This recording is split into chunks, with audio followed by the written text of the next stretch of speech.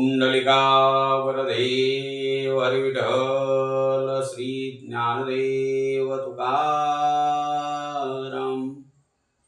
प्रभु रामचंद्र भगवान की जय। गोपाल कृष्ण भगवान की जय। सत्यनारायण भगवान की जय। श्री कृष्ण गोविंद हरे मुरारी, हे नाथ नारायण वासुदेव। श्री कृष्ण गोविंद हरे मुरारी, हे नाथ नारायण वासुदेव। श्री कृष्ण गोविंद हरे मुरारी, हे नाथ नारायण वासुदेव। श्री गणेशाय नमः। श्री गुरुभ्यो नमः। श्री सत्यनारायण कथा तृतीय अध्याय। सूत म्हणतात, हे शौनकादी पुष्कळ मुनी, मी तुम्हाला आणखी एक घडलेली गोष्ट सांगतो, जी या ठिकाणी सत्यनारायण कथेचं महत्व आणि त्याचं मर्म या ठिकाणी सांगते।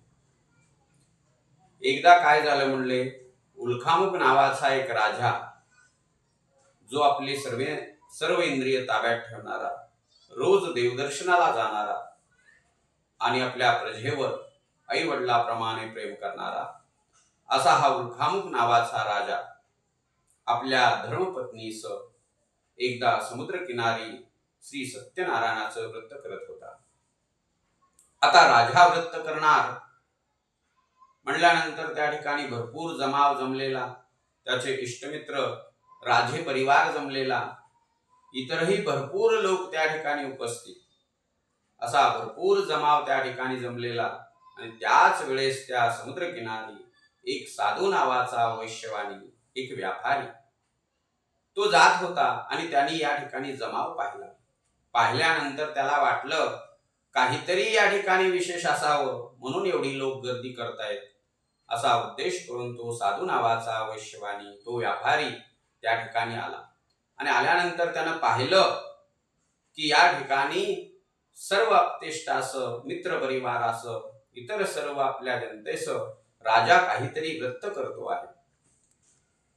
तो साधू नावाचा वैश्यवाणी त्या ठिकाणी थांबला आणि पूजा झाल्यानंतर, आरती झाल्यानंतर प्रसादाच्या रांगेमध्ये उभा राहिला। त्यानं त्या ठिकाणी प्रसाद घेतला आणि प्रसाद घेतल्यानंतर नम्रपूर्वक हात जोडून राजाला विचारलं, हे राजन, क्षमत्व असावं महाराज, पण आपण एवढ्या भक्तिभावानं, एकनिष्ठेनं आणि श्रद्धा ठेवून राणी सरकार असं समुद्रकिनारी हे कोणतं व्रत करीत आहात बरं? त्यावेळेस या ठिकाणी तो उल्कामुख नावाचा राजा म्हणतो, हे व्यापाऱ्या, हे साधुवैश्य, मी ज्याला कशाचीही तुलना नाही अशा महान तेजस्वी महाविष्णू श्री सत्यनारायणाचं पूजन करतो आहे।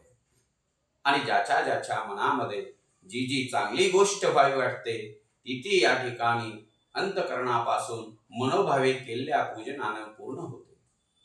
ज्या वेळेस राजाच्या मुखातून त्या व्यापाऱ्यांनी, त्या साधुवैश्यानी असं ऐकलं, त्यावेळेस त्याला खूप आनंद झाला आणि तो म्हणतो कसा पहा, म्हणले महाराज, मलाही दैवयोगाने सर्व काही आहे, संपत्ती आहे, माझा व्यापार उत्तम चालतो आहे, मला घरदार आहे, पण एकाच गोष्टीची खंत आहे माझ्या जीवनामध्ये।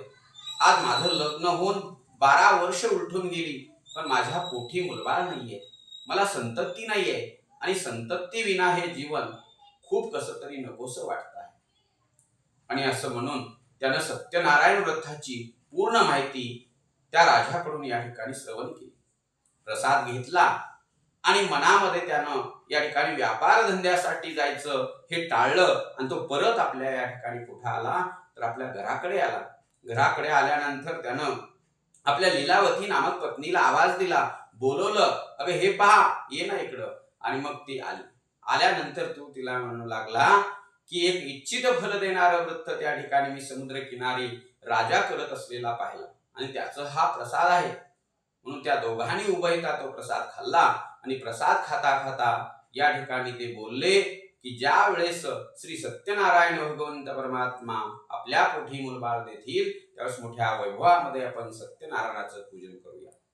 थोडक्यात आपण म्हणतो ना की देवास त्यांनी नवस बोलला आणि दोघं पती पत्नी संसारामध्ये रतमान झाले. दोघं एकचित्त मनानं, विचारानं, शरीरानं, अंतकरणानं संसार करत असताना त्या साधुवाण्याच्या पत्नीला म्हणजेच लीलावतीला या ठिकाणी देवकृपेने गर्भावस्था प्राप्त झाली आणि तिला 10व्या महिन्यामध्ये सुंदर अशी मुलगी झाली. कन्यारत्न झालं. त्या वाण्याला आणि त्या पत्नीला खूप आनंद झाला. 12व्या दिवशी त्यांनी त्या मुलीचं बारसं केलं आणि तिचं नाव कलावती असं ठेवलं. काही दिवस त्या ठिकाणी त्या साधुवाण्याच्या पत्नीनं जाऊ दिले आणि नंतर एके दिवशी गोड मधुर भाषेमध्ये आपल्या पतीला म्हणते, अहो दैवयोगानं आपल्या पोटी सुंदर अशी मुलगी झाली. आपण आता सत्यनारायणाचं खूप मोठं पूजन करूया सर्व आप्तेष्टांना बोलून. पण बेटा वाणीच तो काय म्हणतो पहा. तो पत्नीला म्हणतो, अगं आता कुठं मुलीचा जन्म झाला म्हणले. ती लग्न होईपर्यंत, उपवर होईपर्यंत आपल्या घरामध्ये राहणार आहे. नंतर आपण खूप मोठा असा सत्यनारायण करू. अशा प्रकारची खोटी ग्वाही पत्नीला देऊन तो व्यापार धंद्यामध्ये प्रवीण आणि चतुर असणारा वाणी आपल्या कामामध्ये निघून गेला. वेळ कुणाची प्रतीक्षा पाहतो का? काळ कुणाची वाट पाहतो का? खेळण्यामध्ये, बागडण्यामध्ये सुखात काळ जात असताना वर्षानुवर्ष निघून गेली. पण त्या साधुवाण्याने मात्र या ठिकाणी व्रत केलं नाही. जेव्हा जेव्हा पत्नीने त्या व्रताचं नाव काढावं तेव्हा तेव्हा काहीतरी तिला या ठिकाणी ग्वाही द्यावी आणि त्याची टाळाटाळ करावी. असं होता होता त्या साधुवाण्याची मुलगी उपवर झाली, म्हणजे लग्नाला योग्य दिसू लागली. आणि मग मात्र मित्रमंडळीमध्ये, काही गुमस्त मंडळीमध्ये विचार करून या ठिकाणी त्या मुलीसाठी सुंदर आणि उत्तम वराचा शोध करण्याचं ठरलं. त्या साधुवाण्याचा एक निकटवर्तीय मित्र कांचन नावाच्या शहरामध्ये आला असताना त्या ठिकाणी सुंदर, रूपवान, हुशार, व्यवहार चातुर्य असा असणारा वाण्याचा मुलगा त्यांना पसंत पडला. म्हणून त्या साधुवाण्याच्या सर्व आप्तेष्टांनी त्या मुलाबरोबर तिचं लग्न निश्चित केलं. दोघांचा साखरपुडा झाला. लग्नाची तारीख निघाली. त्याही वेळेस त्या साधुवाण्याची पत्नी लीलावती म्हणते, अहो आपल्या मुलीला घर चांगलं मिळालं, आपल्याला जावई चांगला मिळाला. आता तरी आपण सत्यनारायणाचं पूजन करूया आणि देवाच्या ऋणातून मुक्त होऊया.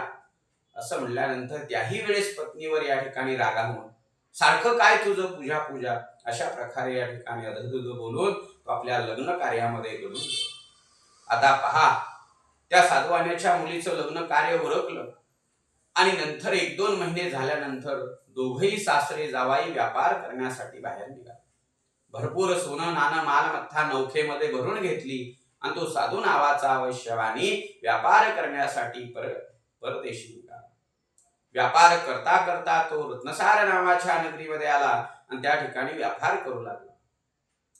एके दिवशी रात्री त्या नगरीचा जो चंद्रकेतू नावाचा राजा होता त्याच्या तिजोरीवर चोरांनी धाड घातली आणि त्याच्या तिजोरीतली मालमत्ता, सोनं नाणं या ठिकाणी चोरांनी पळवलं. त्याचं गठुडं बांधलं आणि चोर पळून जात असताना त्यांच्या मागं त्या राजाचे शिपाई लागल्याची चाहूल लागली. आणि मग मात्र या ठिकाणी ते चोरलेलं जे सोन्याचं गाठोडं होतं ते सर्वच्या सर्व या दोघा व्यापाऱ्यांच्या उशाजवळ टाकून ते चोर नजर चुकवून पळून गेले.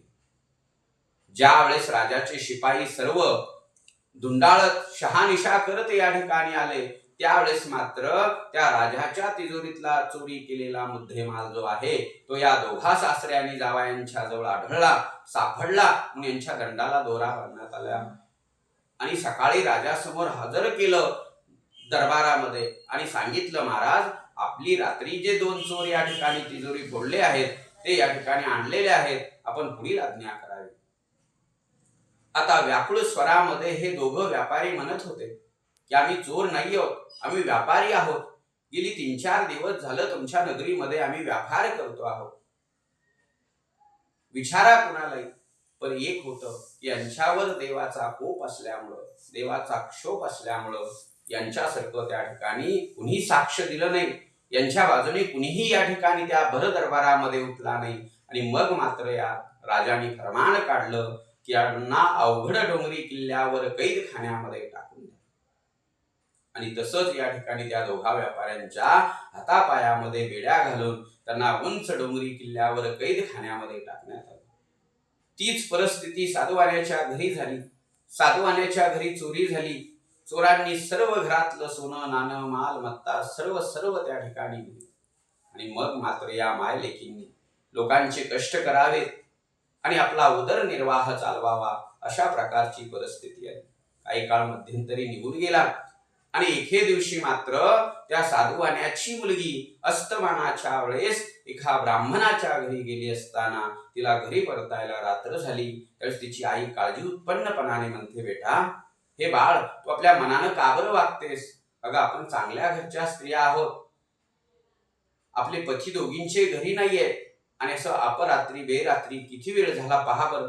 आणि मग मात्र तिनं आणलेला प्रसाद आपल्या आईला दिला आणि आईने तो प्रसाद पाहिला आणि पाहिल्यानंतर आईला आठवलं की हिच्या जन्मापूर्वी हिच्या बाबांनी म्हणजे आपल्या पतीने असाच प्रसाद आपल्याला आणून दिला होता आणि त्या देवाची कृपे करून ही आपल्या पोटी जन्माला आली होती. खूप कमी काळामध्ये हे सर्व बदललं गेलं. असं जर नसेल ना, त्या तरी देवाचा क्षोभ नसेल ना. म्हणून त्या दोघी मायलेकींनी कष्ट केले, पै साठवला, जमा केले आणि मग एके दिवशी या ठिकाणी सर्व साहित्य आणून अंतकरणापासून या ठिकाणी मनापासून मनोभावे श्री सत्यनारायणाचं व्रत केलं, पूजा केली आणि देवासमोर साकडं घातलं. हे देवा, माझे पती आणि माझे जावाई या ठिकाणी तुझ्या शापामुळं, तुझ्या क्रोधामुळं या ठिकाणी कुठं बंधनात असतील, कुठे संकटात असतील, तर त्यांची लवकरात लवकर मुक्तता कर आणि घराकडे पाठव. त्या लीलावतीची खरी भक्ती पाहून तिच्या अल्पशा भक्तीवर श्री सत्यनारायण भगवंत परमात्मा प्रसन्न झाले आणि प्रसन्न होऊन त्याच रात्री त्या चंद्रकेतू राजाच्या स्वप्नामध्ये जाऊन सांगितलं, हे राजन, तुझ्या ज्या बंदेशाळेमध्ये तू जे 2 व्यापारी टाकलेले आहेस, जे 2 वैश्य आहेत ते व्यापारी आहेत, ते चोर नाहीये आणि तू उद्याला सकाळी त्यांना काय कर, मुक्त कर, सोडून दे. अन्यथा तू असं नाही केलं तर मी तुझं सर्व राज्य नष्ट करेन.